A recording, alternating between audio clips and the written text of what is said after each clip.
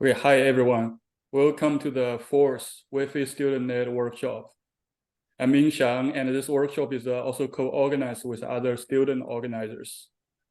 And all of them are in the audience, so you can raise your hands if you want to say hi, virtual hands.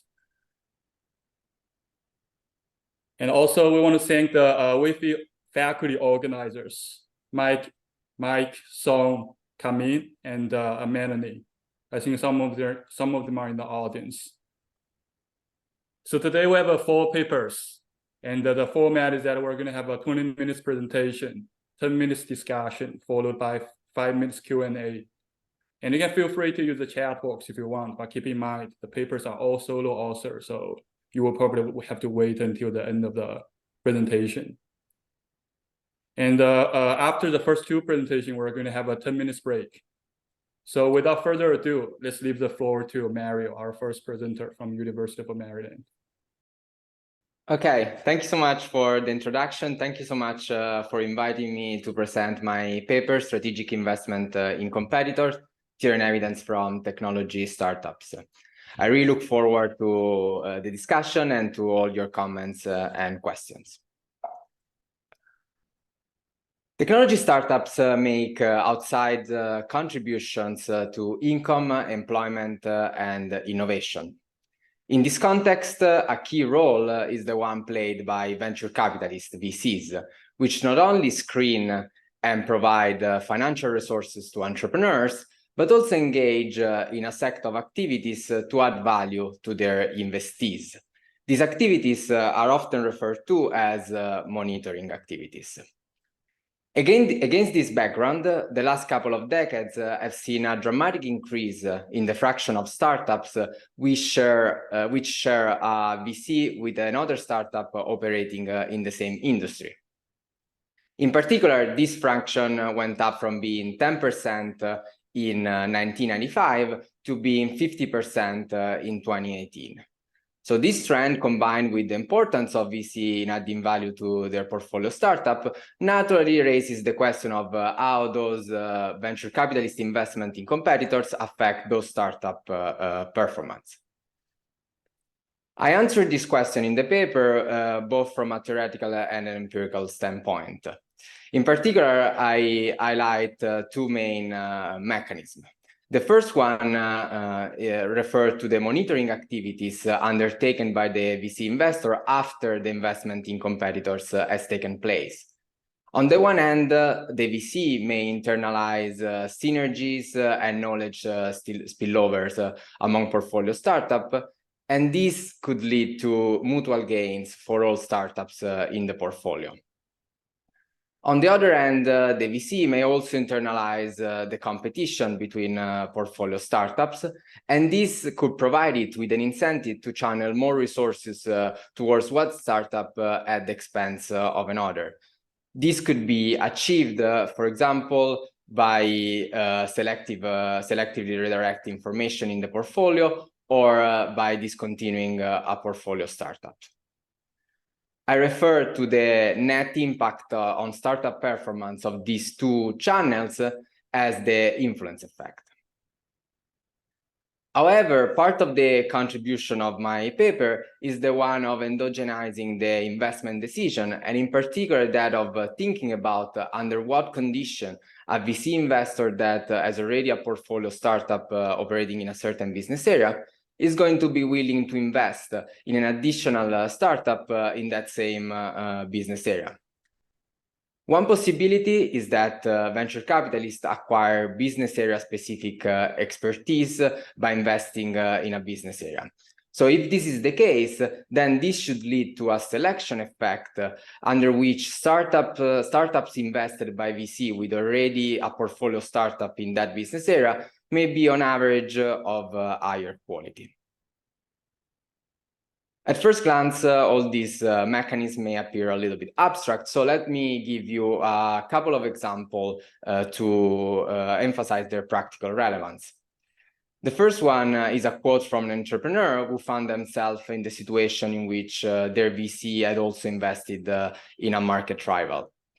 They said that they felt part of a hedging game where intellectual property may be leaked in one direction or the other. Another example is the one involving ABS Capital Partners, which first invested in Alarm.com and then in its direct competitor Resolution. Eventually, Alarm.com sued the investor for misuse of confidential information. In the paper, I develop a conceptual framework which has the main purpose of organizing my prediction and highlight the importance of the selection and the influence effect that I just introduced in the context of investment in competing startups. In the interest of time here today, I'm just going to sketch a simple example to shed light on the main mechanism of the analytical model. Consider two VC investors, A and B, and three startups operating in the same business area, Startup 1, 2, and 3. In 2010, A invests in Startup 1, and 2 years after, it invests in Startup 2. Investor B instead makes only one investment in the business area, which is the investment in Startup 3. I refer to, so what I do in the empirical analysis is basically comparing the performance of startups like 1 and 2, which after 2012 starts sharing the VC, with the performance of startups like Startup 3, which never share a VC with a competitor. I refer to startups like 1 and 2 as linked, to startups like Startup 1 as first startups, to startups like Startup 2 as subsequent startups, and to startups that never share a VC with a competitor as solo startups. So these are the startups like Startup 3. In the example, A invests in the first startups in 2010, and this enables it to learn additional information relatively to an investor like, for example, B that never invested in the business area before. This learning is what allows A to invest in better prospects. Hence, the selection effect predicts that subsequent startups should be on average of higher quality relatively to first and solo startups. The influence effect instead is what concerns the monitoring activities of investor A after 2012, so after the investment in competitors has occurred. In particular, conditionally on investing in a subsequent startup, a VC in the model can either help the growth of both startups or benefit one startup at the expense of another. Intuitively, which strategy the VC investor will pursue in equilibrium is going to be a function of the intensity of startup competition between the subsequent and the first startup, and the quality of the subsequent and the first startup. However, due to the selection effect, conditional on choosing one of the two startups, the model predicts that this is going to be the subsequent one. So the influence effect eventually predicts that either we should observe in the data subsequent startups outperforming solo startup and solo startup outperforming first startups, or we should see all linked startups outperforming solo startups. The data that I use come from two sources. The first one is Crunchbase. In Crunchbase, each observation is a venture capital round, where I have access to the identity of investors, the identity of startups, the date of the round, and the amount raised. Importantly for my analysis, I also have access to startup level information, such as a paragraph describing the core business of the startup and how the startup exited, whether like it was discontinued, whether it exited via M&A or had an IPO. I combine Crunchbase with S&P 451 Research, which is a technology M&A dataset in which each observation is a majority control acquisition. Targets belong to the technology sector, while acquirer can belong to any sector of the economy. The real benefit of incorporating this additional data set in the analysis is that it provides me with a unique taxonomy of the technology space in which each company is assigned to a level 1, which I called a tech category, and a level 2. I refer to the combination of a level 1 and a level 2 as a business niche, and I use business niches to tag startups that are in competition with one another. For example, in the slide, you can see that WhatsApp and Snapchat both belong to mobility messaging, and so they would be tagged as in competition in my analysis. One benefit of using these business niches in the context of startup is that startups tend to be single product, and so it makes more sense to assign them to one and only one business niche. Overall, S&P provides me with roughly 24 of tech categories, and on average for each tech categories there are 9 business niches. One empirical challenge that I face is that business niches are only available for those companies that exited via M&A. To that end, I extrapolate the S&P taxonomy to all startups in Crunchbase by leveraging, using machine learning, by leveraging the business description of startups offered by Crunchbase. My final sample is constructed by focusing on the subset of startups that raised the first round of venture capital financing between 2008 and 2019. I construct a panel dataset at the startup tier level where each startup is assigned to one and only one business niche. And since some rounds are syndicated, I focus on the lead VC at the first round of VC financing, so that I have one VC for each startups. Finally, my sample includes almost 34,000 startups, and 29% of these are linked, meaning that 29% of these startups are share their lead VC at the first round of venture capital financing with another startup operating in the same business niche. This fraction may suggest that investing in competitors is a widespread practice in the venture capital industry. However, it's worth highlighting that only 13% of venture capitalists engage in this kind of investment behavior. The baseline econometric model that I use uses as a unit of analysis a startup I in business niche M in year T. And the dependent variable that I look at are mainly the dollar raised in a given year by a startup and whether in a given year a round was raised by that startup. In the interest of time, let me focus on the key parameters of interest. In particular, like alpha 1 captures different time invariant differences among linked and solo startups, while alpha 2 here captures differences within the linked group among first and subsequent startups.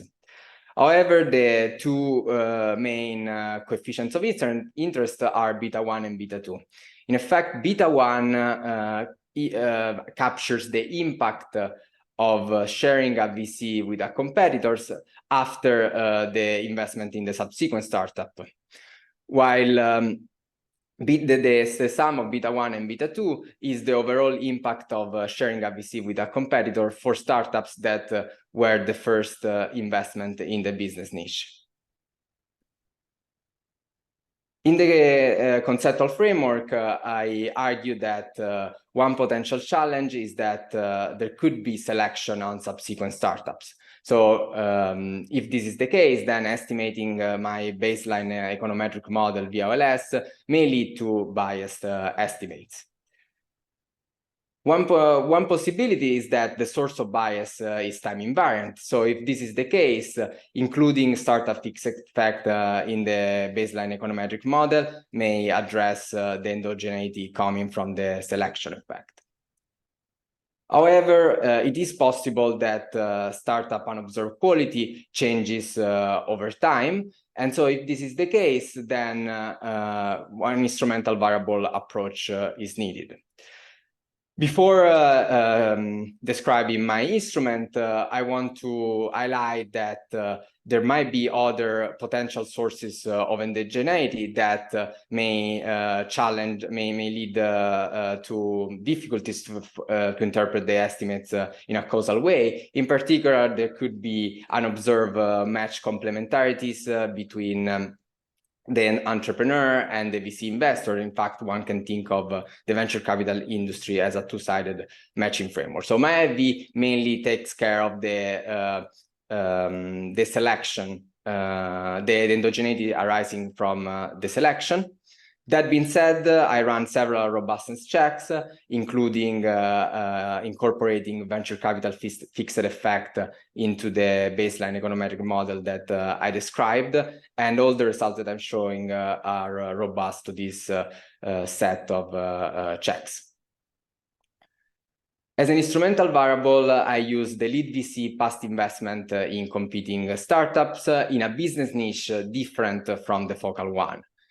For example, let's suppose that the VC invests in startup 3 and startup 4, which operate in the same business niche, mobility application, and the investment takes place in 2014. So I use as an AV whether the same VC has invested in 2 startups that operate in a different business niche, so in a business niche other than mobility application, in a year before 2014. So for example, in the slide, you can see that this is the case because the VC has invested in 1 and 2 in application software games in 2013. Intuitively, this instrument is relevant because it hinges on the past investment behavior, and this tends to be a credible signal of future one. Moreover, it should satisfy the exclusionary restriction because it uses past investment in a business niche other than the focal one. So this should be uncorrelated with the business area specific expertise, which in the conceptual framework is the main source of the selection effect. So let me now map the theoretical prediction that I derived to the theoretical through the conceptual framework into the using the baseline econometric model that I introduced earlier. The first hypothesis was the selection hypothesis, and suggests that subsequent startups are inherently better than first and solo startup. If this is the case, then in the equation, we should observe alpha 1 being significant and positive, meaning that all linked startups are inherently better than solo startups. Moreover, we should observe subsequent startups being better than first startups, and this could be seen with alpha 2 negative. Under the assumption that the selection effect comes from time invariant characteristics of the startups, then we could also measure like the selection effect by comparing the beta 1 estimated via the baseline and the fixed effect model. And if this is the case, we should observe the one estimated via the fixed effect model being smaller. The influence effect hypothesis instead suggests that under the null, we should see subsequent startups outperforming solo startups and first startups. So if this is the case, we should see in the equation beta 1 being positive and beta 1 plus beta 2 being negative. So the overall effect on first startup being negative relative to what would happen to solo startups. So let me show you some results. Starting from the influence effect, you can see that for both dependent variables that I consider, the beta 1 here is positive. So startups sharing a VC with a competitor seems to perform better. However, when we look at the heterogeneous effect for first startup, it seems that first startups are hurt, and this result is consistent across the different specifications that run both the fixed effect model and the instrumental variable model, while the F statistics suggest that I have no problem of weak instruments. For what concerns the selection effect, the first test was about looking at alpha 1 and alpha 2, and I find that subsequent startup seems to be inherently better than both first and solo, given that alpha 1 is positive and alpha 2 is negative and significant. The second test that I performed is the one comparing the fixed effect and the fixed effect estimates of beta 1 with the beta 1 estimated via the baseline model, and I find that the one estimated in the fixed effect model is lower as predicted by the theory. I also look at a different dependent variable, in particular, like I use here, whether a startup was shut down. What I find is that subsequent and solo startups are similar in this dimension, while first startups are more likely to be discontinued after they start sharing the VC with a competing startup. So let me conclude. Overall, this paper shows that 29% of startups share their lead VC at the first round of venture capital financing with a potential competitor. Subsequent startups tend to benefit relative to solo startups. In particular, they secure 46% more venture capital on average, and they are more likely to raise 2.5% more likely to raise an additional round. On the other hand, first startups are hurt relative to solo startups. They are 11% less likely to raise an additional round and almost 1% more likely to be discontinued. These results can be attributed both to the influence and the selection effect, but my results points to a major role played by the influence effect. Thank you so much, and this is all I have. Thank you very much, Mario. The discussion is Mary from a European School of Management Technology. Okay.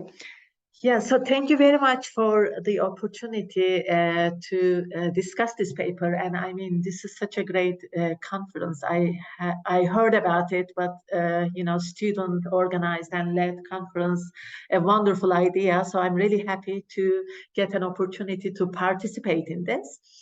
So because I have only 10 minutes, I am just going to be not summarizing the paper, but this is a very important research agenda. I mean, and it is very broad. Right now, we are talking about VCs investing in competing startups, but you know, it happens in the PE industry. It happens, as we know, for institutional investors, right? They invest in competing established firms. It happens in banking because banks lend money to competing firms. And within a bigger picture kind of view, it goes back to, you know, the internal capital markets literature. Because if you remember, you know, there's a corporate headquarters, and that corporate headquarters has lots of divisions. And these divisions compete for capital and labor. But sometimes they also compete in the product market. For example, in the car industry, right? GM has established cars, I mean, not established cars, gasoline cars, but they also have EV cars. So, I mean, the two divisions within the same company compete in the product market. So again, it is a very, very broad, I think, research agenda. And that's why you know, I congratulate Mario for studying such an important question. And again, we are concentrating in the VC industry here, and we are looking at how getting financing from the same VC affects startup performance. And I mean, there is some research done in the VC industry. I did a theory paper many years ago before we even knew about this common ownership by VCs or PEs or institutional investors. But here, I think the innovation or the novel feature of Marco's theory setting is that, you know, there is this sequence of startups, right? And competition or having a competing startup in the portfolio is sometimes good, sometimes bad. It is good because it may facilitate resource exchanges or synergies.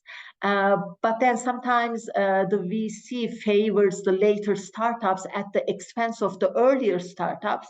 So it's kind of an empirical issue to see which effect dominates in the data. But if I may add, like talk about my first comment here, I mean, like the first thing the first thought that comes to my mind is, how is the general intuition different from saying experience and focus matter in the VC industry, right? Regardless of whether startups we are talking about competing or not with each other. Because as we saw, right, there is a solo startup case and first and the subsequent startup case. VCs, learn over time. So then more focused VCs or more specialized VCs are more likely to invest in related startups, which are more likely to be competing. So then can't I just explain these results by saying, as time goes on, VC gets experience, right? And then that's what I am capturing because the second or the subsequent startup performs better than the first one. So that is kind of my first comment, much simpler explanation for the findings than what we see in the paper. And then endogeneity, there's a very sophisticated empirical setup here, an IV strategy. But I mean, there is another, there's a concern that I have, right? Let's say the VC invests in the first startup, and then they monitor this startup, they add value, but the startup business is inherently risky. Even if that startup is a good startup, it could be an unlucky startup. So when the VC sees that, things are not going that well, they are more likely to bring on another startup. And that startup, because focus and specialization is important in this industry, it's very likely that that startup would be somehow related or competing with the first startup. And then the interpretation here is not that the second startup hurts the first startup, but it's kind of reverse causality. Because first startup didn't do well, the second startup arises or emerges in the portfolio. And the instrumental variable approach, we look at whether the VC invested in in competing startups in a separate business niche in the past. And we use this to kind of model VC's desire for investing in competing startups. But I mean, again, the same thing, like VCs have very distinct strategies, right? And they, some of them are generalized, some of them are very focused and small. And those focused and small ones are extremely specialized in a given industry. And I like Mario's work because we are not looking at industries, we are looking at business niches. But still, I mean, business niches, even though we call them niches, they are going to be related, right? There is this idea of, innovation happens when knowledge builds on previous knowledge and ideas build on previous ideas. Of course, we are entering a new technology or sector, but it is not going to be completely different from what the VC did in the past. So then my intuition is that if a VC has a strategy, a very focused, specialized strategy of investing in startups in the same niche, they are going to continue that. And that would be related to their skills, their experience. So it won't be related to startup performance just through these competition channels. So here, I think, again, we have acquired acquisition exits and IPO exits, right? Most exits happen through acquisitions. Only about 9% happens with IPOs. But on the other hand, I kind of have this intuition that like this Google, Apple, Microsoft, Amazon, the most powerful companies that we have in today, which are all VC backed, they were kind of earlier startups in their VC's portfolio. So just as common intuition, to me, this is a signaling of the VC's ability, or these startups which became very big and successful firms. I feel like rather than getting hurt by subsequent startups, they had a positive effect on the development of new startups because they buy startups and there is so much technology transfer or knowledge transfer from these companies to startups. And many of these companies' employees leave these companies to start new firms.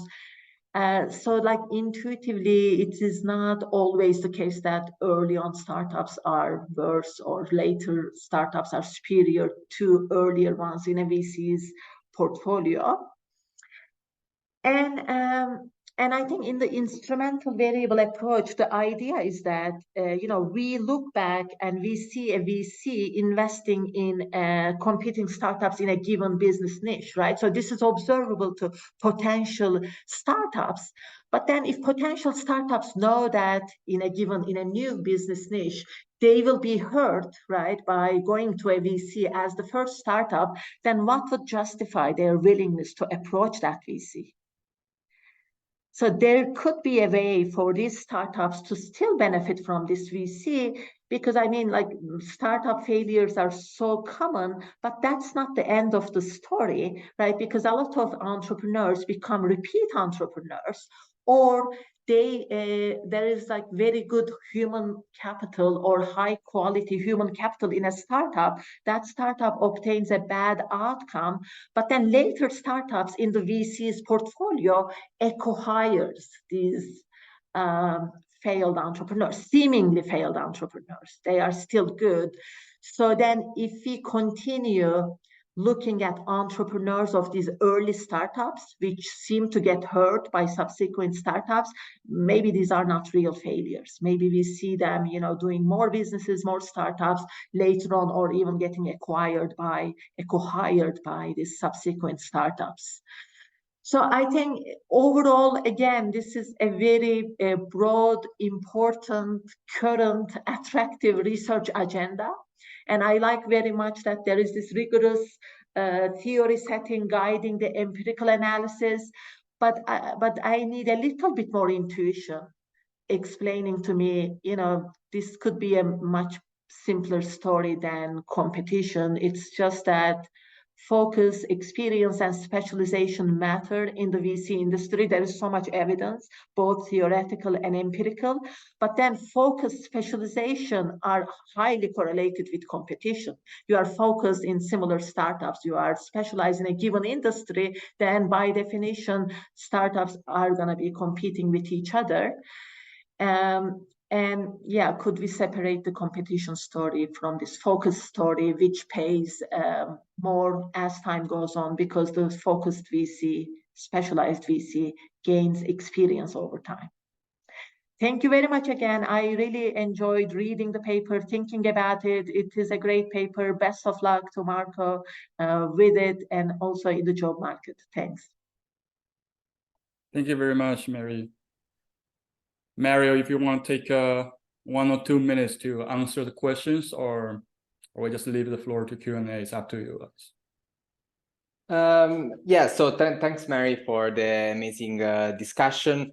Yes, I think that definitely one thing I can look on is the acquisition of subsequent and first startups, so the extent to which this failure of first startup that I see in the data are in fact failure. My paper doesn't speak to wealth exactly for this is part of the reason, because for example, those first startup that I see being more discontinued may in fact lead to the creation of new and more successful startup, which could be eventually welfare enhancing.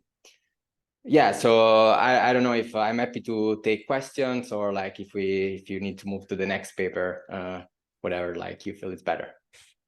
Welcome back, everyone. Our third presenter is Sherry from LSE. The floor is yours, Sherry. Well, thank you very much. I want to thank the organizers for including my job market paper. I'm on job market this year on returnee inventors and home country innovation. Okay. There are 3.6% of world's population lived outside their home country. And this has bring a lot of concerns. from the perspective of the home country of these migrants, especially the skilled migrants, there are a lot of policies trying to bring them back, hoping to reverse the brain drain effect. While from the destination country's perspective, the fact that these skilled workers might go back home has raised some concerns, leading to policies trying to shield some key industries away from the skilled migrants, precisely because they fear the knowledge transfer. Now, there are a lot of debates on these policies. However, what we don't know is what is the impact of returnee immigrants on their home country? There is a lack of empirical evidence on this topic.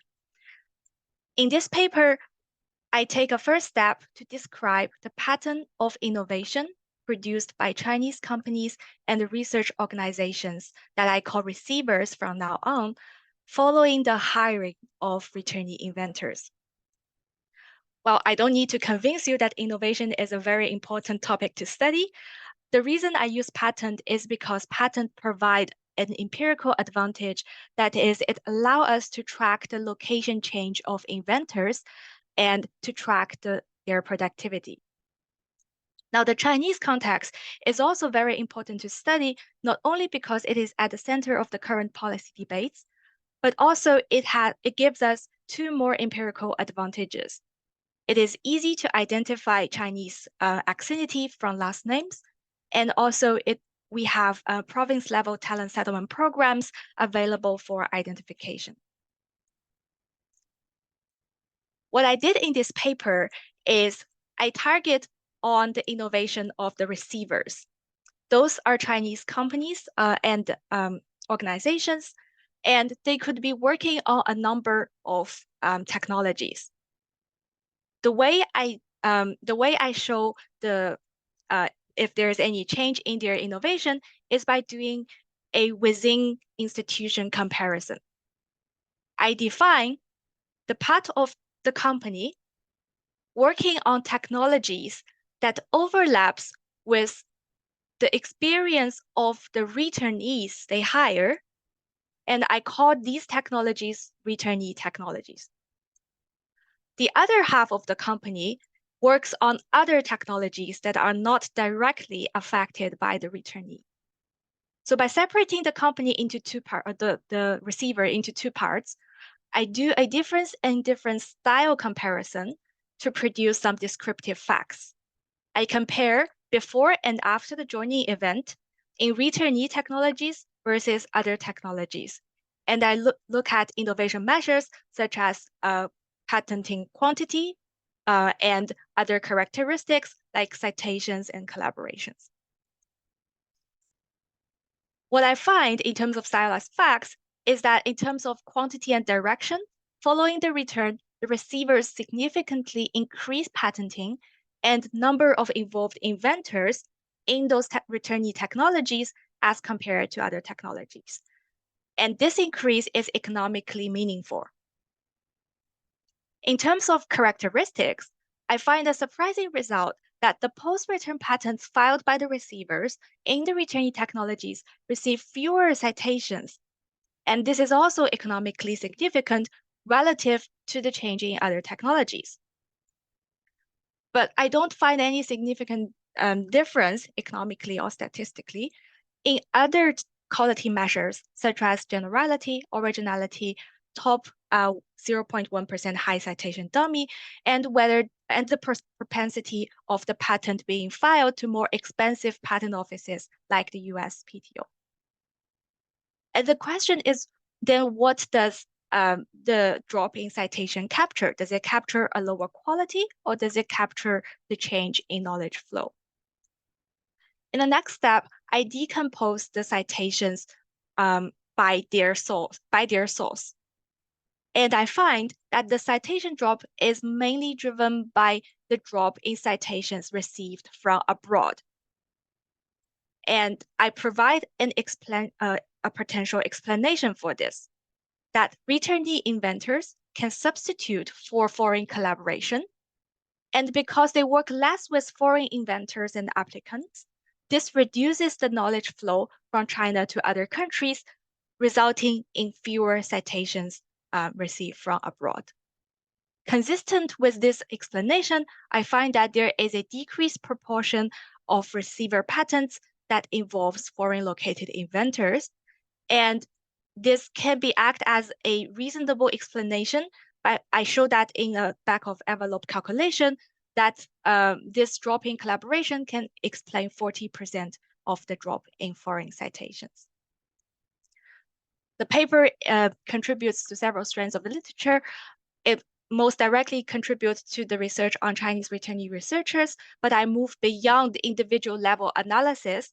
I do not study what happens to returnee. Instead, I look at their impact on the knowledge spillover to Chinese local establishment.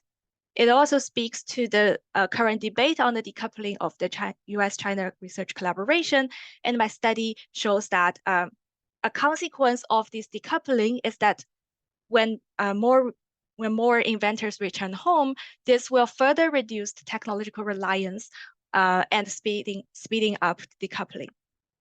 It also contributes to the broader literature on innovation and migration. So in the following 15 minutes, I'm going to walk you through quickly the data and sample construction, my research design, and some findings.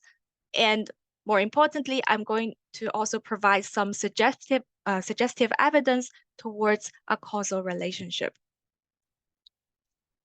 The data comes from PassStat Global, which is maintained by the European Patent Office, but provides a worldwide coverage of patent and patent inventor information. And in this sample, I look at return events from other countries back to China between 1990 to 2012, because I need enough years in the future following 2012 to track innovation and to count citations. This results in 12,000 returnee inventors in a sample. And as I said, the main target of analysis are the Chinese companies, hospitals, universities, and other institutions that I call receivers. And they are defined as the patent applicant of the first new patent filed by the returnee inventor. In the sample, there are around 6.7 thousand receivers. I'm not going to repeat this, but I just want to emphasize that this is a within institution comparison, and I use an event window of 8 years before and after the joining event to track short-term and long-term effect. And all the results I report are based on this regression. On the left-hand side, I have innovation measures such as I said before, patent count, number of inventors, and citations, collaborations, etc. And on the right-hand side, I have a dummy for returnee technology. That is the dummy that separates the company into two. And I have a post-joining dummy, which indicates that the returnee inventor has already joined the company or not. And the coefficient of interest here is beta 2 that captures the interaction effect. Okay, so the beta 2 has been highlighted in the red box. First, I look at patent count and the number of active inventors. The results here show that for the returnee technologies, after having the returnee inventor, there is an increase of 2 patents per technology class. And this is not explained by just having a returnee inventor filing a lot of patents, because even if I exclude any patent filed by the returnee inventor, still I have a similar result. Similarly, when I look at the number of active inventors, the new patents filed by the returnee in the returnee technology sets have 1.3 more active inventors compared to the to others.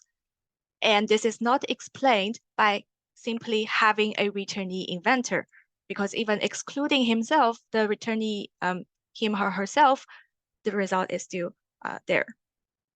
Next, I look at patent characteristics, and here the surprising result is on the citations. Even if I scale the citations by patent office, by year, by technology class, there is still a significantly lower citation in patents filed post-joining in returnee technology class. And this is economically significant compared to the sample mean. Now, is this drop capturing a lower quality? Well, I look at many other variables that are related or partly related to quality, and I don't find, except for geographical scope, I don't find other significant result targeting that this patent is of lower quality. So next, I decompose the citation based on the location of the citing patents applicant, and I find that a majority of the drop comes or is driven by citations filed by applicants located outside of China, and this is 11% of the sample mean. Right. So I propose a potential explanation that is because the returnee possess knowledge that is obtained from other countries, when he comes back, he brings this knowledge and transfer them to the company that hired them. If the company needs to collaborate with other countries for access to this technology, then with the returnee inventor on board, this demand drops, right? You don't need to collaborate with a foreign country because you already have the returnee inventor who has that knowledge that you want to access. Therefore, I see not surprisingly, there is actually a drop in the proportion of foreign collaborative patents. And here, this is an extensive margin measure of foreign collaboration where a patent with at least one inventor located in another country is called a foreign collaborative patent. On the intensive margin, I also find that there are fewer foreign inventors per patent working on the technologies working on the returnee technologies post-return. So at this point, I have documented some stylized facts, and there is this endogeneity problem. The hiring decision of the returnee can be endogenously determined in connection to the plan to develop some technologies. And these new technologies could be developed even without the returnee because the receiver could be spending a lot of money on research and development, and the receiver happens to hire the returnee, but also a bunch of other scientists from elsewhere. Now, an ideal solution to this problem is to randomize the matching between the returnee and receiver. However, we don't observe such large-scale random experiments. So here in this paper, I present a partial solution. That is, we use some policies that I'll explain later to randomize the timing of the returnee joining the receiver. Conditional on there is a match. And this is my instrumental variable approach. I exploit the introduction of global talent settlement programs in 27 provinces of China between 2000, 2012, 2013 is the first year where there is such program in the sample that offers several preferential policies to returnee inventors who choose to settle physically in this province. These programs lower the cost of hiring a returnee inventor, allowing local Chinese establishments to hire some returnees that would not be able to do so without the policy. And I argue that by lowering the cost of hiring a returnee inventor, this induces exogenous variation in the timing of the returnee joining event for the compliers captured by the IV. So empirically, what I did is a two-stage least square regression where I replaced the post-joining dummy that is shown in the OLS by an instrumented post-joining, and the instrument is the post-program dummy.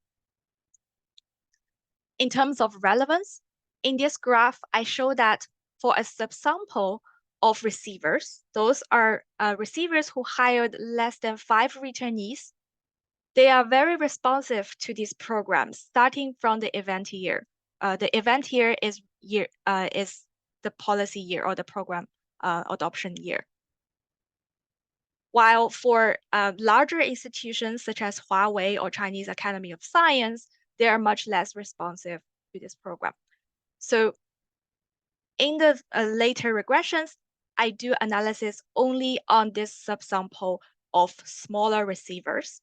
This, of course, limits the interpretation of the results, the way we can generalize the results, but still it provides some suggestive evidence towards there is a causal impact. This subsample is not small. It represents 92% of all the receivers. So in this table, I show the reduced form regression, where I want to draw your interest to the first column and disregard the other columns. The first column is telling us the first stage significance, which is post-program has there is a 15% increase in propensity for the returnee inventors to join when the province has already adopted the program. And the F statistic is 21. Now moving on to the two-stage least square IV regression. There's a typo here, it's post-joining, but what we can see is the results are generally consistent with the previous stylized facts. We have an increase in patent counts. We have an increase in active inventors, but a significant drop in the proportion of foreign collaborative patents and fewer foreign inventors working on each patent. There is a drop in citations, and the majority of the drop in citations comes from applicants citing citing patents with applicants located outside of China. Okay. To conclude, in this paper, I described the innovations produced by Chinese companies and research organizations following the hiring of returnee inventors. I find that on the positive side, receivers significantly increase patenting and more inventors involved in technological fields that overlaps with the returnees' knowledge. While on the negative side, I find a surprising result that the new patents receive fewer citations, especially from abroad. And I propose an explanation that is returnee inventors substitute for foreign collaboration, and that reduces the knowledge flow to foreign inventors.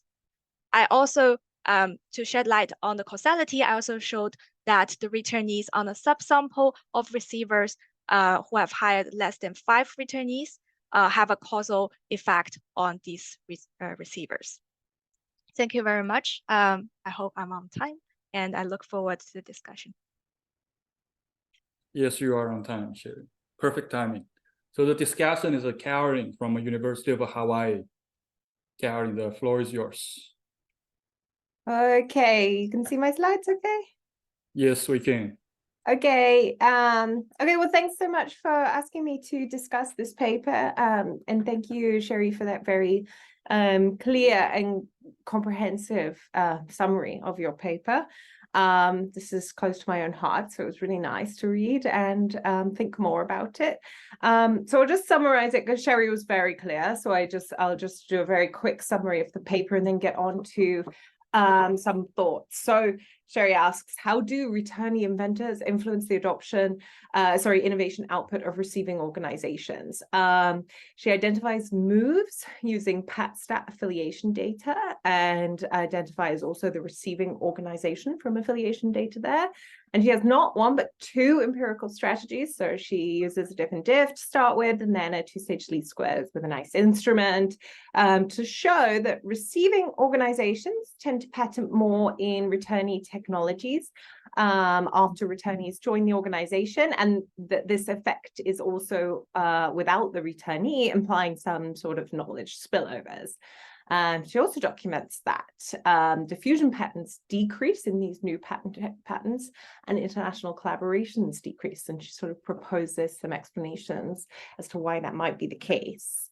So I'm going to use a structure for my discussion that's Dan Wang from Columbia University introduced me to. So he talks about the glows and the grows of a paper.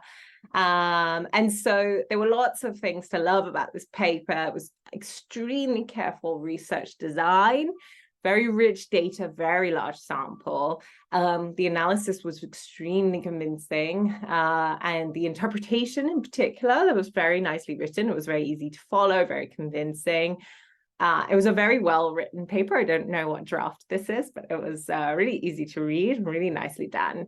And you really documented a very economically large and important effect. And so I congratulate you for that. That was excellent.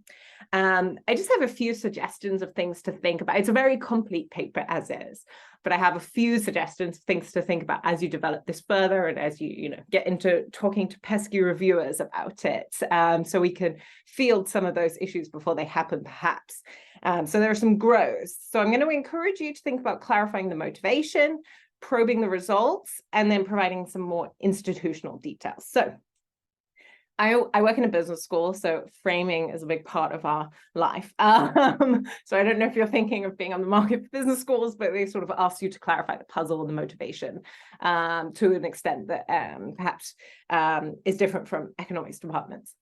So it's currently framed as examining spillover impact of returnee organizations, of returnee inventors. I think actually, if this is the framing you want to go for, that's great.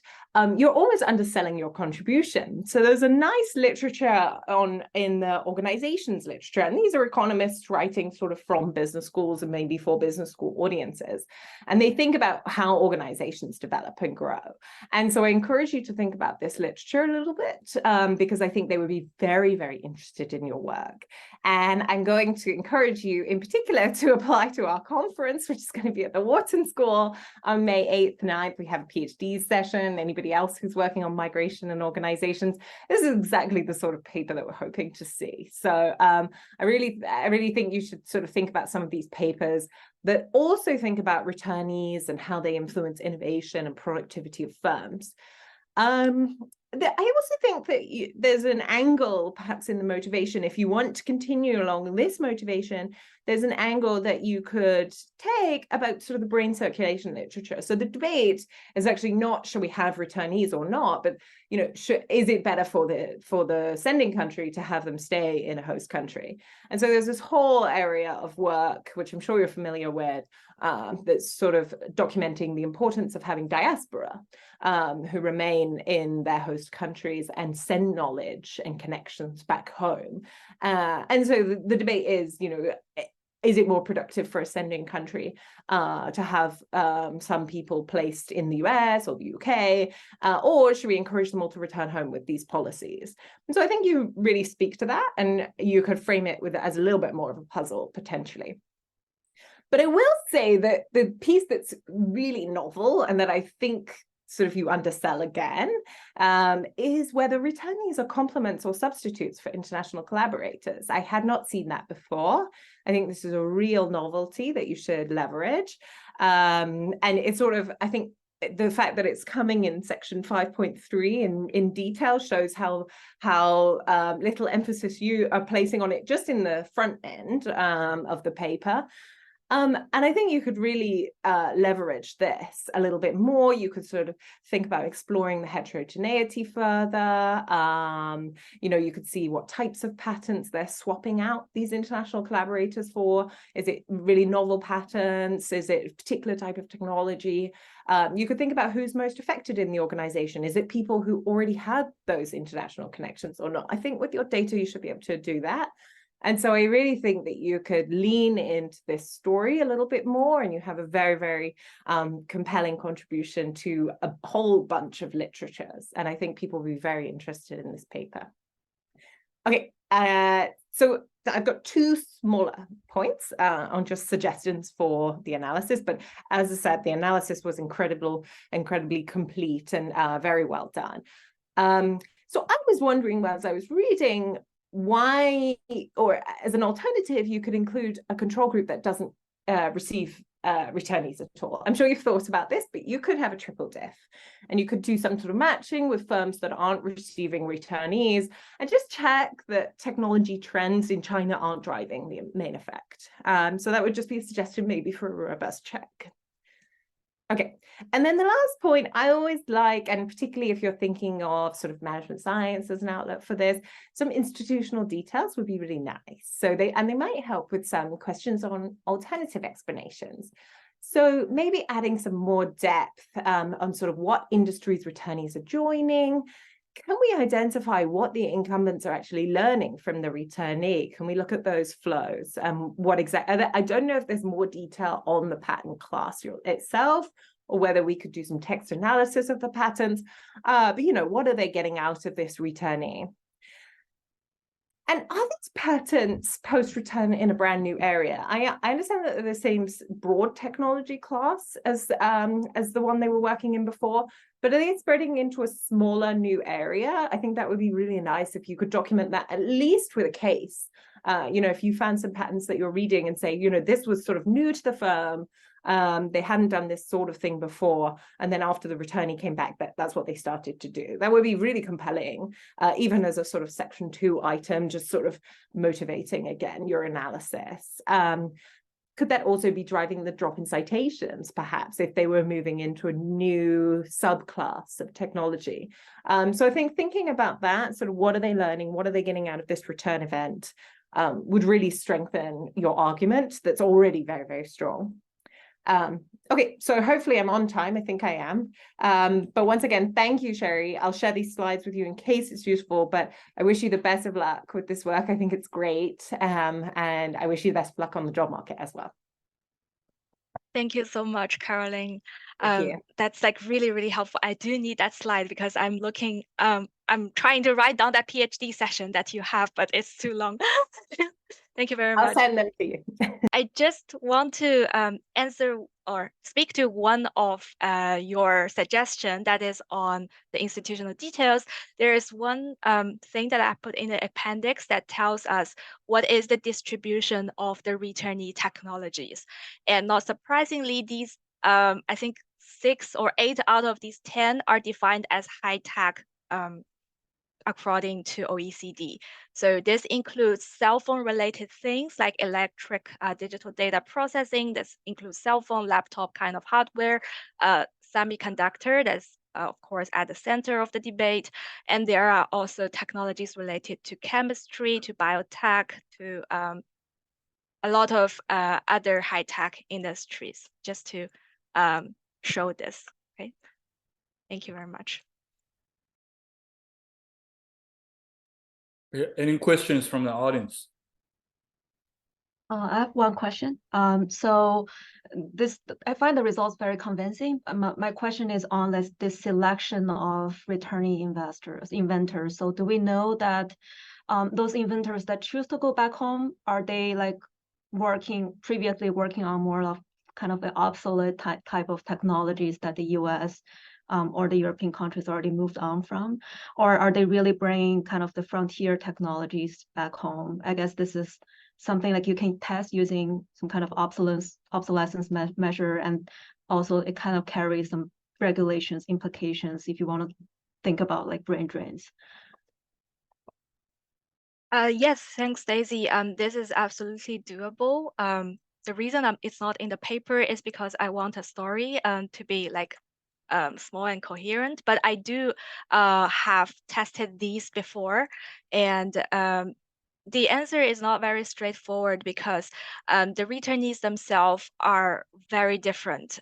Some of them are market superstars, while some of them have a lower quality, and also depends on which benchmark do you compare with.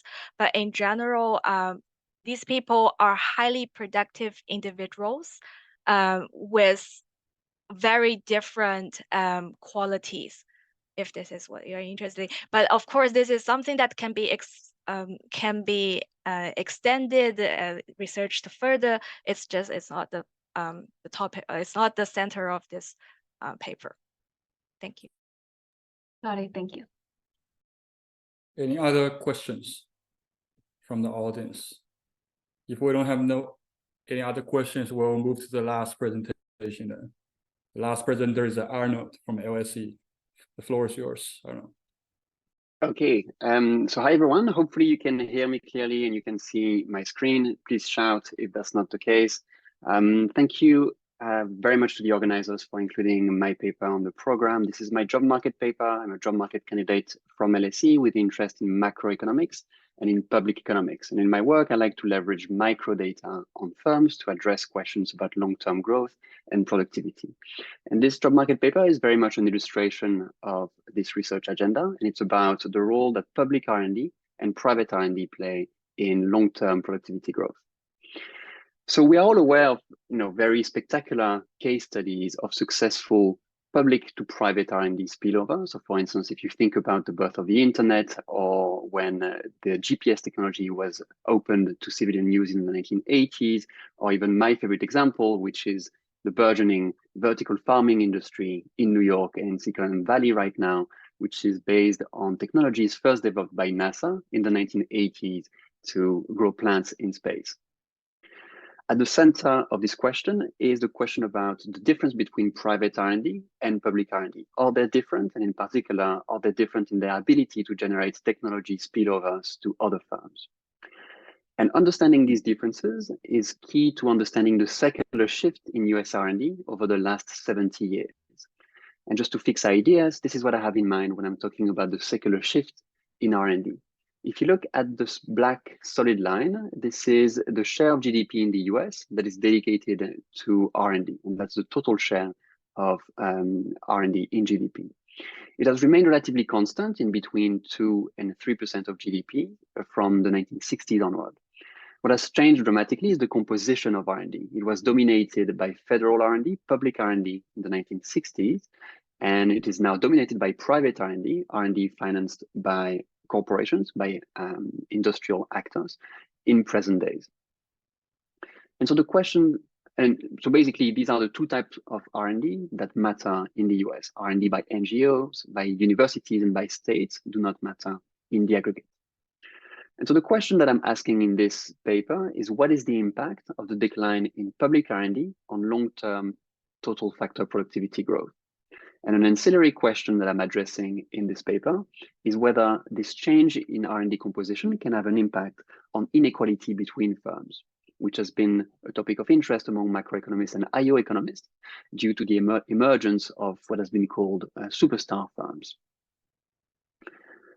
Okay, so here's what I do and what I find in this paper, and this is going to serve as an outline for the talk for today. So first, in the first part of the paper, I'm documenting how public R&D differs from private R&D, and for that I'm using patent data. And I document 3 main facts about public R&D. I find that it is more fundamental in that it relies more on science than private R&D. I also find that it tends to open newer fields, new technological classes. And finally, public R&D tends to generate more spillovers, especially towards smaller firms. Then I move on to the second part of the paper, where I'm estimating the causal impact of public R&D spillovers on firm productivity. And for that, I'm building a historical shift share IV instrument that is using funding shocks across agencies and over time to instrument the exposure of spillovers of firms in the private economy. And I find an elasticity of 0.17%. a 1% increase in the spillovers that I'm exposed to is leading to a 0.17% increase in my own productivity after 5 years. And I find that smaller firms benefit more, perhaps because they have fewer resources to do R&D in-house. And for that, just to be very clear, I'm using CompuStat firms. These are publicly listed firms, so quite big firms. When I'm talking about smaller firms, I'm saying these are the smallest out of the biggest firms. I don't think we're going to have time to cover that today, but I just wanted to mention that result to you. And finally, I compared the impact of public and private R&D spillovers by using a patent examiner leniency instrument that is changing the exposure of firms to innovation by using the random allocation of patents to patent examiners of different leniencies. So that is creating a change in the type of innovation that I'm exposed to as a firm. And I find that public R&D is at least twice as impactful as private R&D. And finally, I calibrate a model of growth with heterogeneous firms, where I'm taking the elasticity that I get from these two empirical exercises to try to see if the compositional shift in R&D has an impact in the aggregate on total factor productivity. And we're not going to have time to discuss that today, but I just wanted to mention that to you as well. In the interest of time, I'm going to skip the literature review, but this is a very crowded space, in particular when it comes to the microanalysis of knowledge spillover. And this literature has relied on patent data and micro data on firms. This paper also relates to idea-based macro models of growth. And finally, there's been a burgeoning literature about the role of government in fostering growth and the role that industrial policy plays in modern economies. So I'm going to move on to talk about the stylized facts about public and private R&D that I'm analyzing through the lens of 70 years of patent data. And for that, I'm building a data set where I'm matching firms from CompuStat, so publicly listed firms in the US from 1950 to 2020, to data on patents over this period. And I use data on patents, their assignees, the citations that they receive, and the applications of these patents. What I do is that I have undertaken with a co-author a thorough work of name cleaning and matching to match these firms in CompuStat to the patent assignees over a long period of time. And this is our contribution here when it comes to the data. So this is work that I've done with my co-author at LSE, Oliver Seeger, and we have created the most comprehensive CompuStat patent panel over 1950 to 2020. And this dataset is available for you on research if you are interested on my GitHub page. Really happy to tell you more about the data if you are interested after the talk. Okay, so this is the data that I use, and this is the very simple econometric framework that I'm using to document differences between public R&D patents and private R&D patents. I have on the left-hand side a measure of interest at the level of a patent indexed by I, and I'm regressing that on the dummy that takes the value 1 if the patent received public R&D funding. I'm also controlling for an array of controls that take into account the fact that public R&D patent might benefit from greater input into the research process. So I'm controlling for the wage bill of inventors on public R&D patent and private R&D patents. I'm controlling for the productivity of assignees and inventors, just to net out these differences. The first fact that I document is that public R&D patents tend to be more fundamental. And I'm measuring how fundamental they are by looking at the share of their citations that are directed to scientific papers. If you, when you file a patent, you can cite other patents, but you can also cite scientific papers. And so I'm taking that as a measure of the fact that some patents rely more on science than others. And I find that when a private patent cites only 6% of its citation, is directing only 6% of its citation to scientific papers, for public R&D patents, that tends to be more like 21%. Then I look at measures of impact across public R&D patents and private R&D patents. And I find that public R&D patents tend to be more ahead of their time. And for that, I'm using a measure of innovativeness that I'm introducing to this literature, which is the number of years ahead of the class creation that a patent is filed. Just to give you an idea of what that means, the patent classes that is being used by the USPTO is a constantly evolving nomenclature of the existing set of technologies at any given point in time.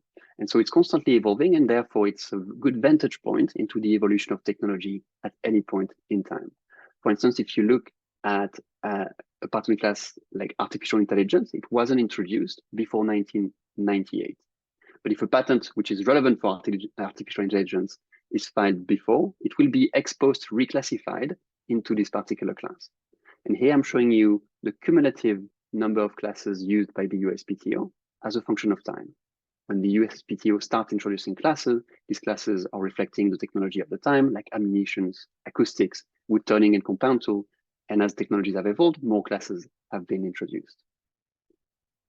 So using this measure, I find that public R&D patents are more likely to be ahead of their time. And among patents that are ahead of their time, they tend to be more years ahead of their time. And finally, I find that public R&D patents are more likely to generate spillovers. And here I'm measuring spillovers as the number of classes citing a focal patent I. I find that at baseline, a privately funded patent is cited by 2.38 classes, and a private R&D patent experiences a plus 22% increase on this number of classes citing it. So these are the stylized facts that I'm documenting on public R&D patent and private R&D patents. But these are just descriptive facts. And then I'm moving on to evaluating the causal impact of public R&D spillovers on private firms' productivity. So just to put a bit of theory around my estimating equation, it's useful to motivate my econometric framework in the following way. Think about firms as being endowed with a productivity enhancing function with spillovers. This is saying that the productivity growth of firms is a function of their own R&D effort, R&D, and the amount of spillovers that they are benefiting from. So here I'm writing productivity as being AIT, R&D effort is EIT, and the elasticity of productivity growth to R&D effort is R. Spillovers are SIT. What I'm doing now is that I'm defining spillovers as being originated by public agencies indexed by A and private firms indexed by F. And so here, spillovers from public agencies are basically the Cobb-Douglas aggregator of the patent growth across agencies indexed by A, mediated by the shares of exposures of a particular firm to a particular agency. And here, for the shares of exposure, I'm using a common measure of technological exposure in this literature. Same thing for spillovers from private firms indexed by F. And so here, importantly for my setting, I'm allowing the elasticity of public R&D spillovers, gamma, to be different from the elasticity of private R&D spillover, epsilon. If I take logs, I can simply estimate this equation as follows. The log difference in productivity is equal to a function of my own R&D investment and the change in exposure that I get from spillovers by public agencies and spillovers from private firms. Okay, the issue though is that I have correlated shock. So for instance, if there's a promising technology, one particular agency would invest more in this technology, and I might as well myself as a firm invest in this technology. And so we're gonna have productivity at the firm level correlated by investment in a particular technology at the level of the agency. What would be the ideal experiment here? The ideal experiment would be to randomize the extent to which some firms are exposed to public R&D spillover versus others. The solution that I'm using here in this paper is that I'm instrumenting the change in patents at the agency level by R&D funding shocks, which are simply the log 5-year differences between R&D budget at T-10 and T-5. What are the drivers of these particular R&D funding shocks? So they could be wars, they could be space races, political tensions, or pandemics. And so here I'm using both cross-sectional and time series variation. Cross-sectional because I'm looking at various agencies per time period, and time series because I'm looking at 13 5-year period over time. I'm using some conservative exposure robust standard errors, and these standard errors are the one that I need to use when I'm using a shift chair IV instrument, because they take into account the fact that some firms will have correlated residuals if they are exposed to the same set of agencies. So you get slightly different standard errors than the one you would get if you cluster at the level of industrial sectors and year. And typically these exposure robust standard errors are 30 to 50% more conservative. I'm also doing a narrative approach robustness check where I'm manually selecting the shocks that can be most easily argued as being exogenous. So here's the timing that I'm using in my empirical specification. I'm looking at a firm from year T to year T plus 5, and I'm looking at the productivity increase of this firm from T to T plus 5. I'm calculating the increase in patents by agencies from T minus 5 to T. And then I'm using the shocks, the funding shocks from T minus 10 to T minus 5. And this timeline is informed by both my reading of the literature on the time it takes to innovation to be used by firms through spillovers, and also my empirical investigation of the lag between investment in R&D by agencies and creation of their patents. So just to give you a concrete idea of the type of shocks that I'm using, this is the R&D budget of NASA from 1950 to present day. And as you can see, when NASA is created in 1957, after the launch of Sputnik in space, there's a massive increase in R&D spending by NASA. After the Apollo 1 disaster, there's a decrease in R&D spending. When the Soviet Mir station is put in orbit, there's an increase in R&D spending. So most of these shocks are driven by exogenous political factors, and that is true for other agencies as well. Really happy to talk a little bit more about these agencies if you would like to. Okay, so here's the econometric setup that I'm using. I'm looking at increases in productivity on the left-hand side, and I'm looking at R&D spending and change in exposure to public R&D, which is instrumented by the change in shocks by public R&D. The changes in shock of R&D budget at the agency level. Let's look first at the pre-trends here that I have on productivity. And when I measure productivity as value added per worker, Cobb-Douglas productivity, or translate productivity, I do not find any sign of pre-trend for these measures, which is a reassuring sign that the quasi-experimental nature of this shift-share IV setting is sort of validated. When I look at R&D spending and patent production, I do not find any sign of pre-trend either. However, when I look at outcomes from T to T plus 5, I find a positive increase in value added per worker and productivity as measured via Cobb-Douglas and via translog. This is the robustness check when I'm selecting the shocks based on my reading of the most exogenous ones across agencies. So you can think of it as being a narrative shift-share IV setting. And I get estimates that are almost identical, except perhaps I get more of a pre-trend in value per worker with this particular shock. Okay, so now I have shown that public R&D tends to have a positive impact on private firms' productivity.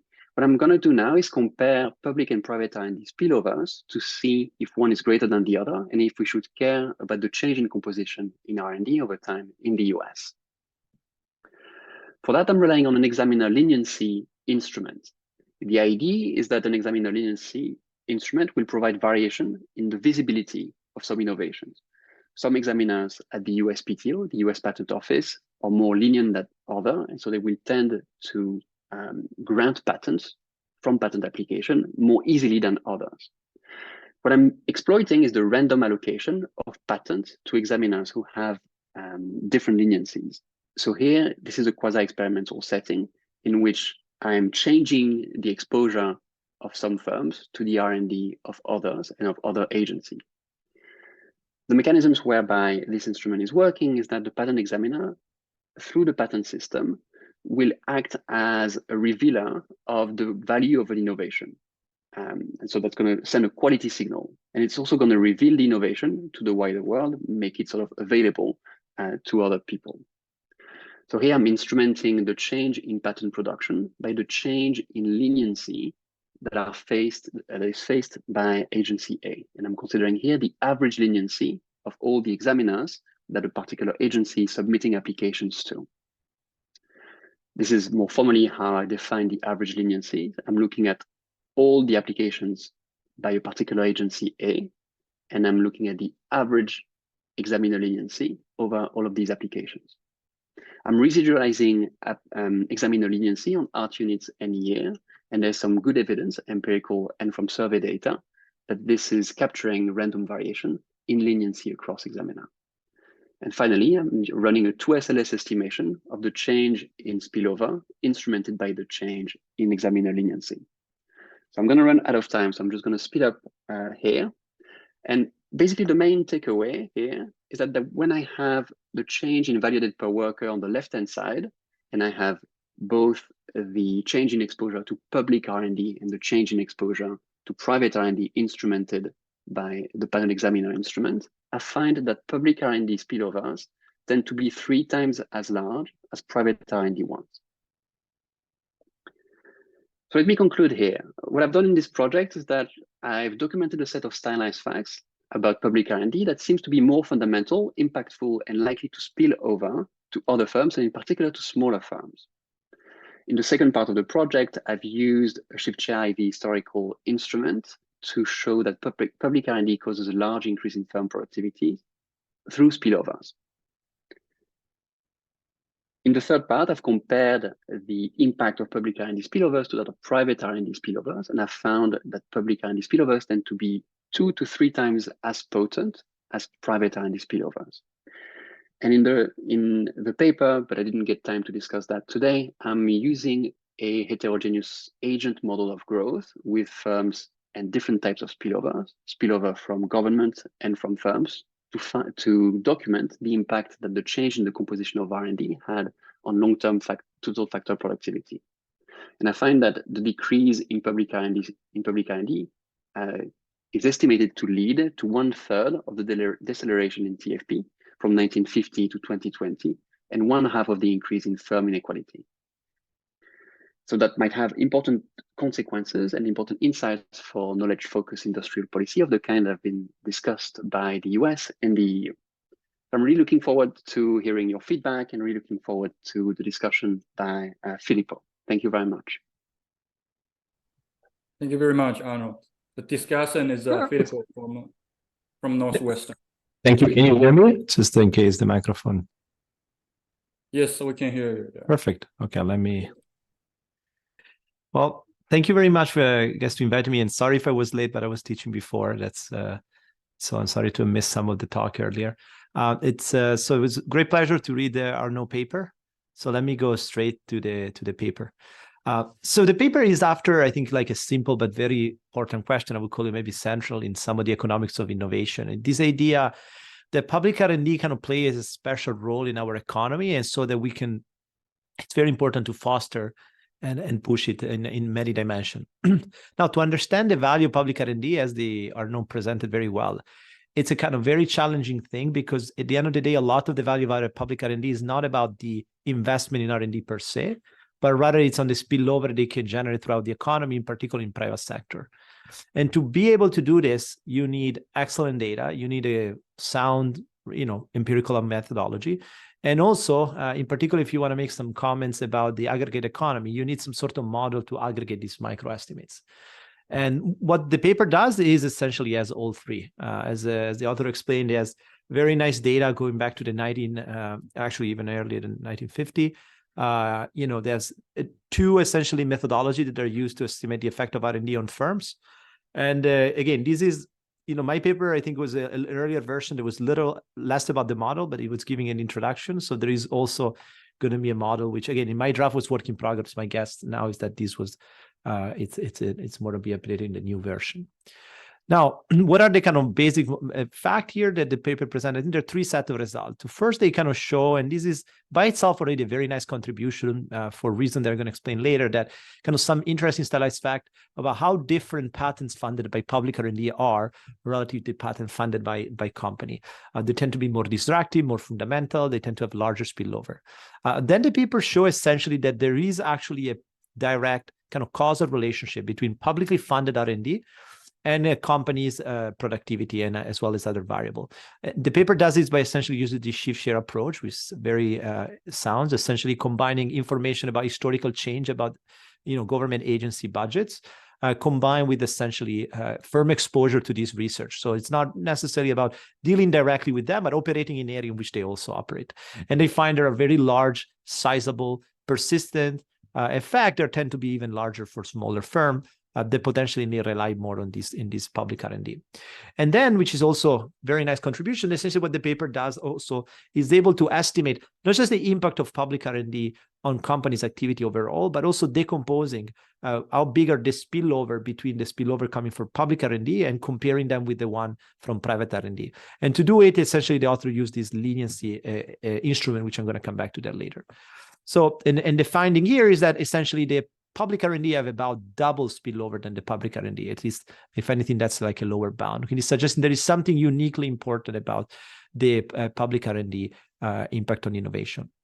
Now, let me just be clear up front. I think this is a very good paper. I think it has the potential to make a very strong contribution on the economics of innovation, not just being a very good job market paper, but I think a potentially a very good paper in the literature as a whole. So in my role here, given that this is for job market ticket, I think in the short run, given how late we are in the game, I'm going to make some comment later, but I also want to stress for the author, like, I think the paper already has a lot of very quality work. So, in the short run, if anything, kind of streamlining the paper, trying to clarify a different aspect of the analysis, that's probably the activity with a larger marginal benefit rather than following my comment.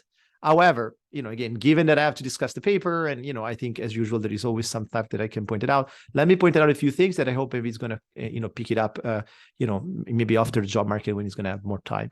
But again, let me be clear. It's already the paper in great shape that I recommend everybody to read. Now, let me go through a few of these comments that I had. So the first one is really, it's a very kind of broad comment about the only part that I was thinking to some degree that it wasn't super clear in the paper. I mean, the paper talked about it, but it's kind of lacking to me kind of a punchline about how exactly do we think about the different mechanisms that they may characterize the effect of public R&D. In principle, why is a public R&D special? And again, the paper does mention some of this story throughout their text, but I think a more kind of structured discussion and maybe having the author taking a bit of a position could be helpful going forward. In theory, there are multiple aspects that could be important. One hypothesis that maybe public R&D is just different than private R&D from a compositional standpoint. For instance, public R&D may be kind of mostly tilted towards research, for instance, the private R&D. So these two figures here, I essentially just took this is just the public aggregate data, and I decompose, so in this data, you can decompose R&D between how much dollar are from research, basic research and applied research and development for federally funded R&D and businessly funded R&D. And what do you see here is essentially that, R&D that is essentially paid by the government tend to cover for 60%, it's actually research, and only 40% is development. And when you look instead of R&D that is funded by private company, tend to be kind of the reverse. Actually, most of it is development and the smaller share is research. So one possible implication, in particular, given what we know from Ufuk paper and co-author, is that essentially maybe what's going on here, it's not the public R&D per se is different, but it's just more tilted toward the early stage of the process, toward the research part, which could have, in particular basic research, larger spillover, larger societal value. The other explanation could have to do with incentive, which is, again, maybe the working under a federal funding could just make you focusing on different type of project. That's pretty trivial if you think of it, like trivial, I mean like expected if you think about like, a scientist that actually work for the government. But the paper also look at scientists that work for private firm under federal funding. So that story there could be a little bit different, but still you can think about if you work on a budget from the federal government, you could create more stability and may allow you to focus on more fundamental work.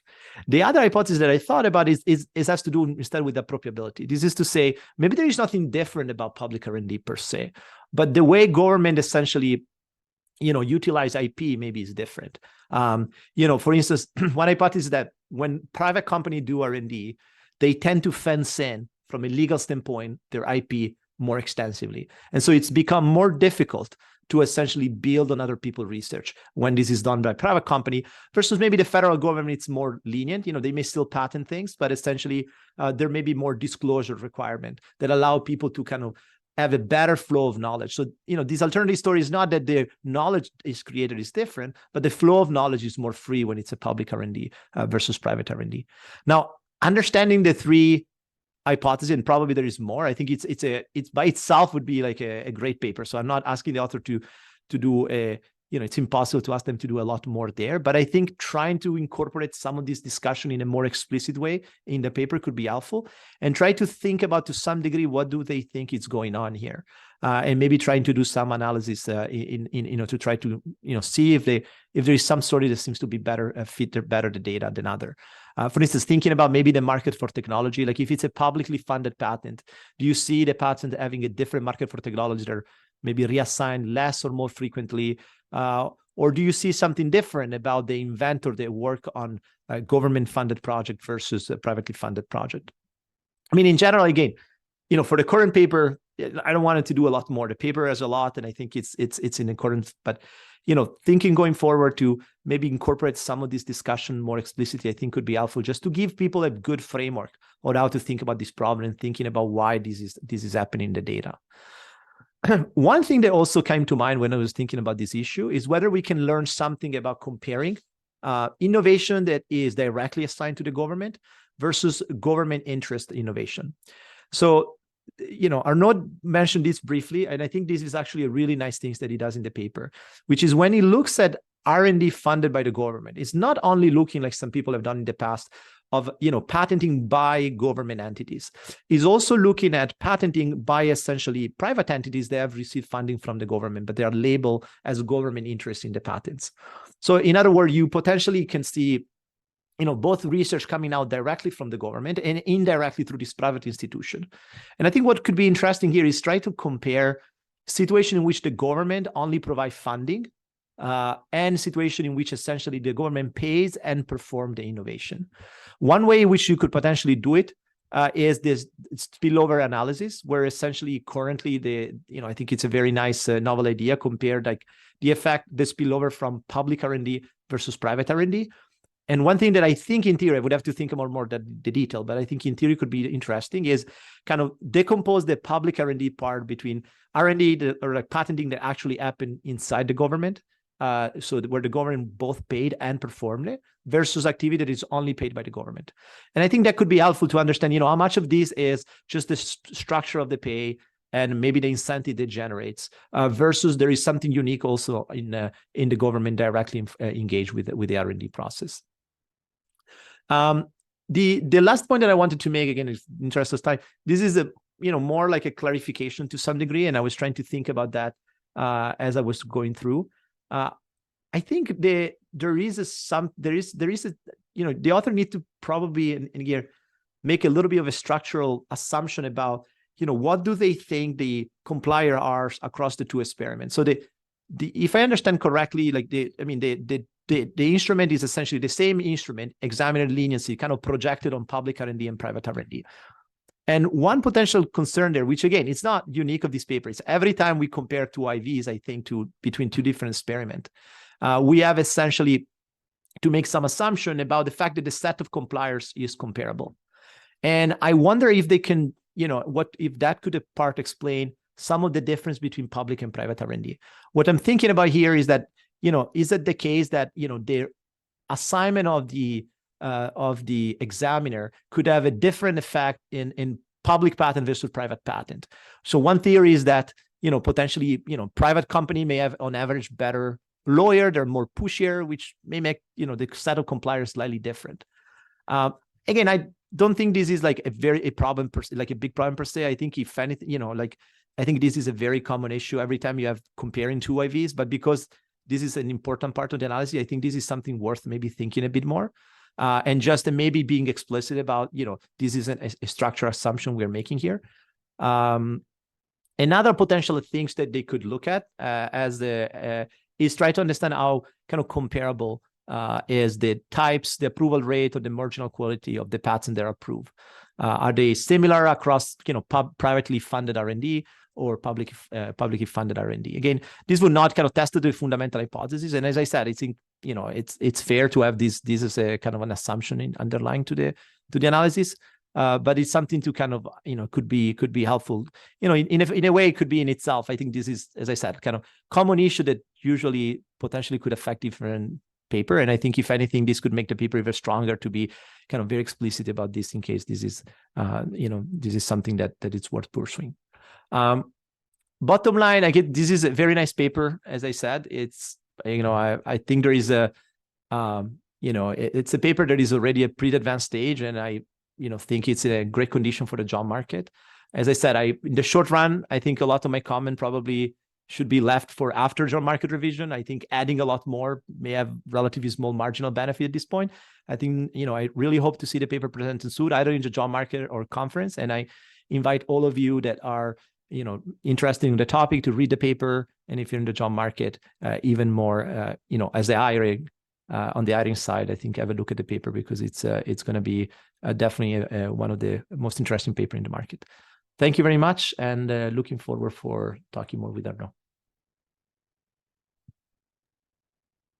Arnaud, yeah, if you want to respond, yeah. Yeah, how much time do I have? Can maybe 1 or 2 minutes? Yes.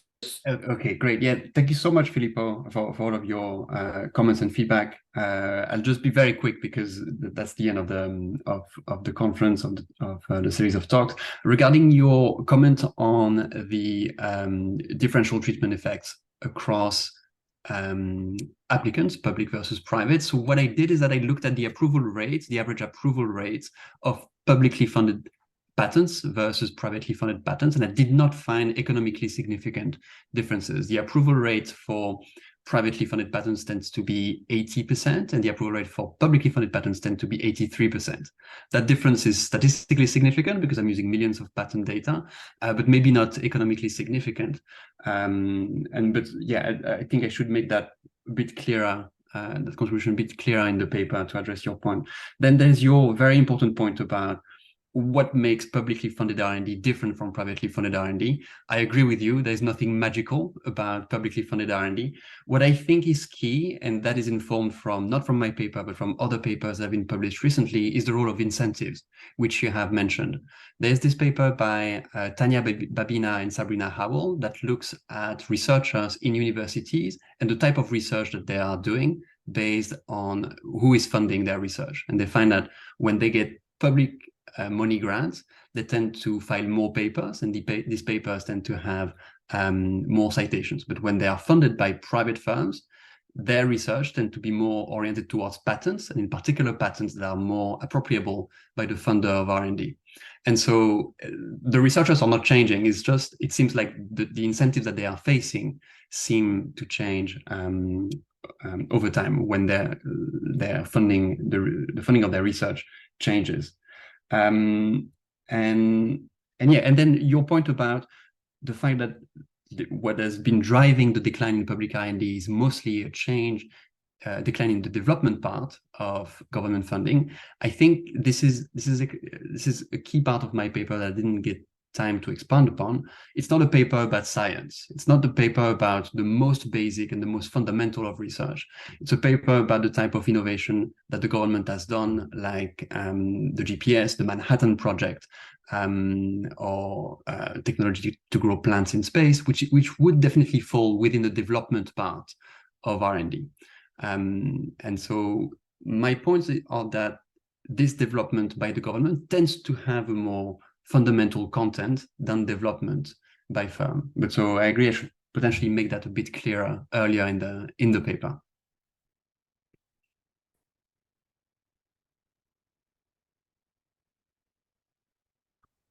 Thank you.